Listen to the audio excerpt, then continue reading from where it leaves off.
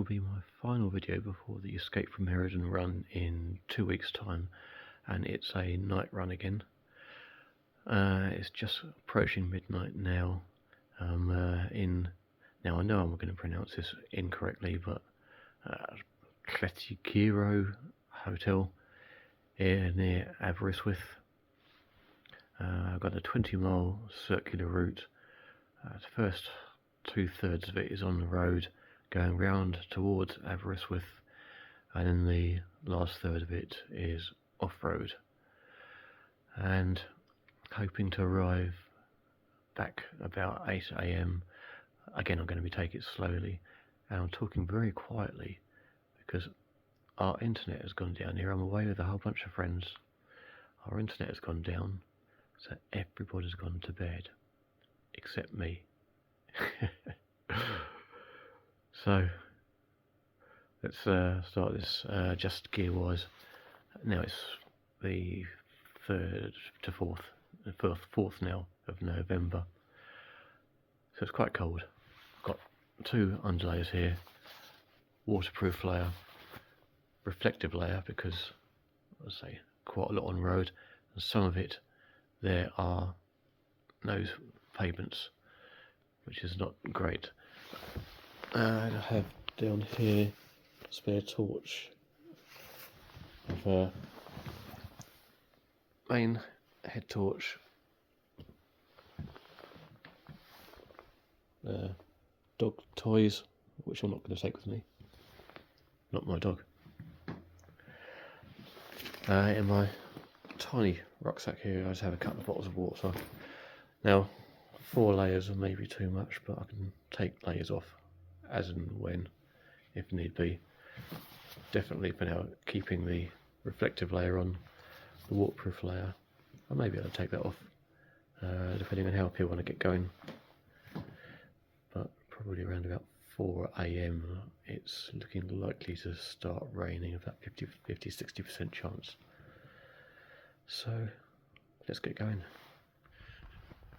Right, I'm a mile and a half in, and I'm just entering now the first section where I'm probably going to need to use my head torch. There's a couple of street lights there, and then it goes dark.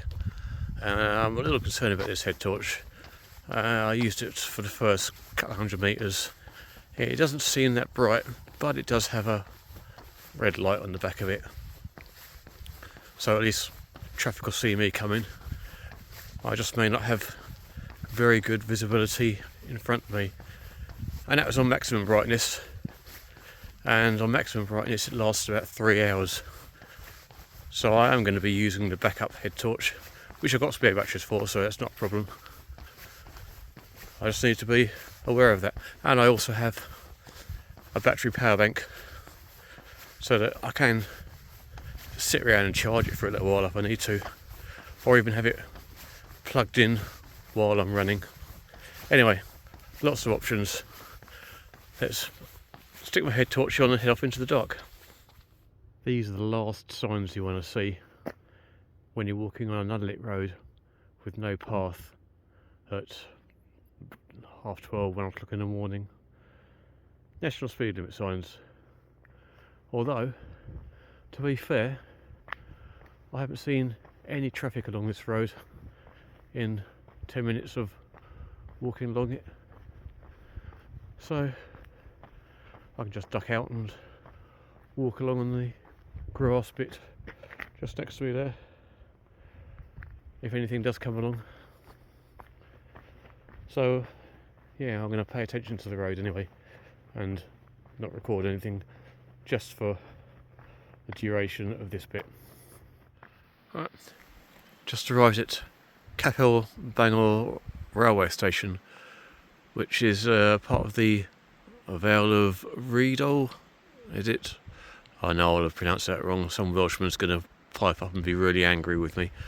But part of that railway network, I could follow the track all the way into Aberystwyth, but instead I'll be following the road, which we can barely see here at the moment.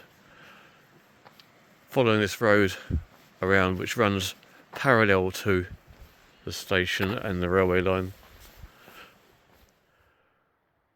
This isn't going to come out very well on film, but this looks far better in reality, because what I can see in the distance there, just a mile and a half away, is the lights of Aberystwyth, and it's a wonderful sight.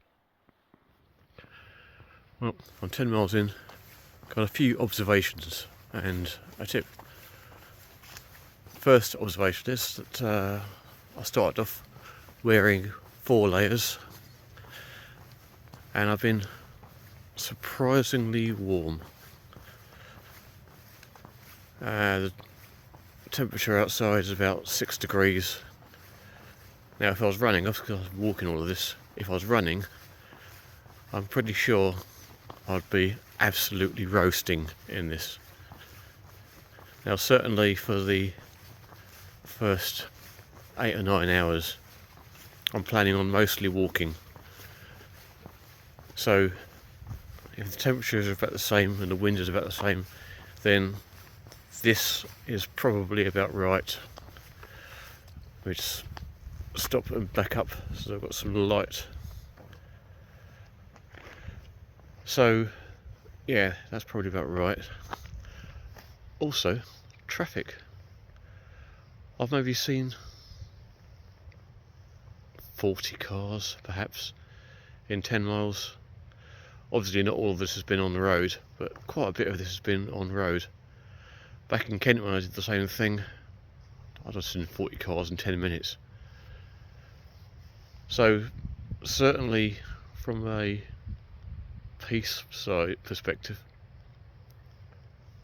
it's been much more comfortable. So tip wise, for quite a lot of this journey I haven't used my head torch at all. Now the head torch gives between 3 and 7 hours of charge, and I've probably used it for maybe an hour on the low power setting. So I've still got like 6 hours of low power left on this thing, and I just haven't needed the torch. I've been navigating by moonlight, and I guess that's the tip, is to conserve your torch. You don't need to use it all the time. If you've got moonlight and a fairly clear path in front of you, just use that instead. There we go, made it into Aberystwyth. So I'm going to follow this around to the left now and just follow the shoreline all the way around, through and out the other end. Just walking along the seashore, and it is eerily peaceful. The sea out there, which you can't see, and not a soul in sight, and all you can hear is waves lapping against the shore. Absolutely wonderful. Right, I'm approaching the end of the promenade, and I'm going to soon get my head torch out again, because after those last couple of lights it descends into darkness.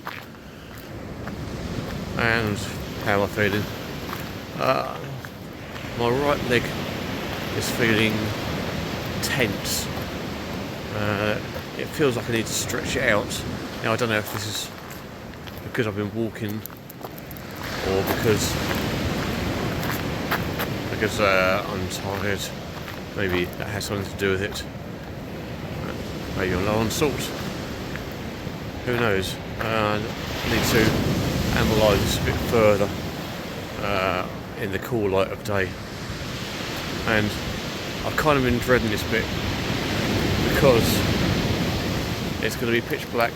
I've run along this bit before, going up into the cliffs.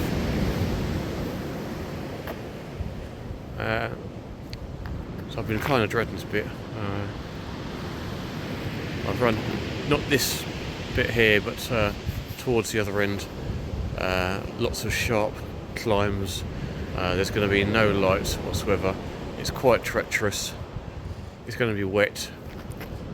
I still have this strain, or not strain, but tightness in my right leg. And we're expecting rain in the next hour. So, yeah.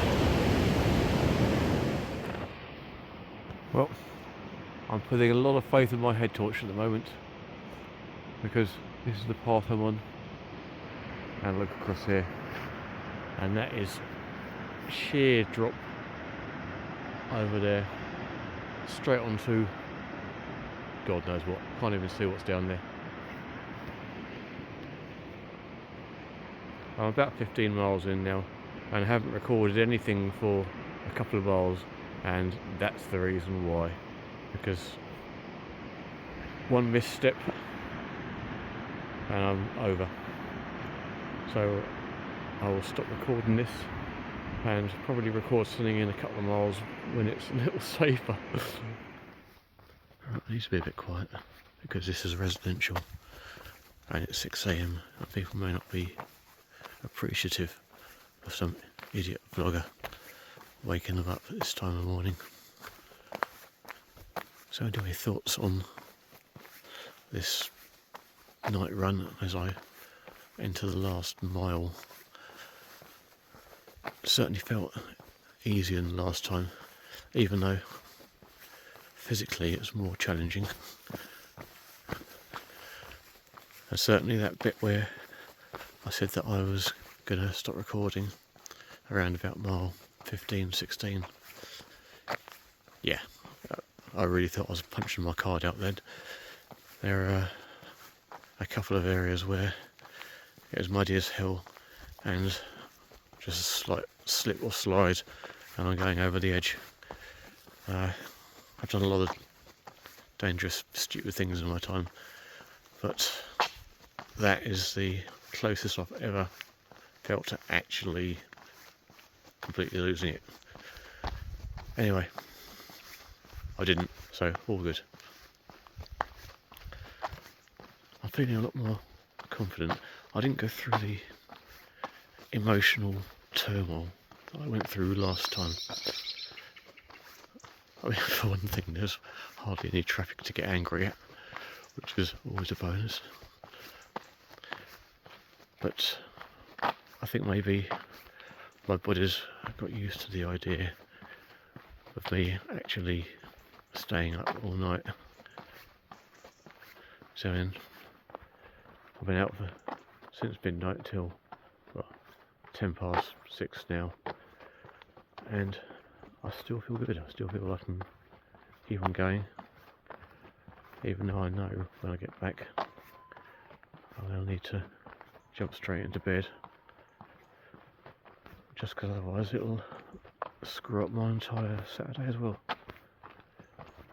But anyway, all in all, feeling very confident, and in 2 weeks' time we'll find out whether or not that confidence is well placed.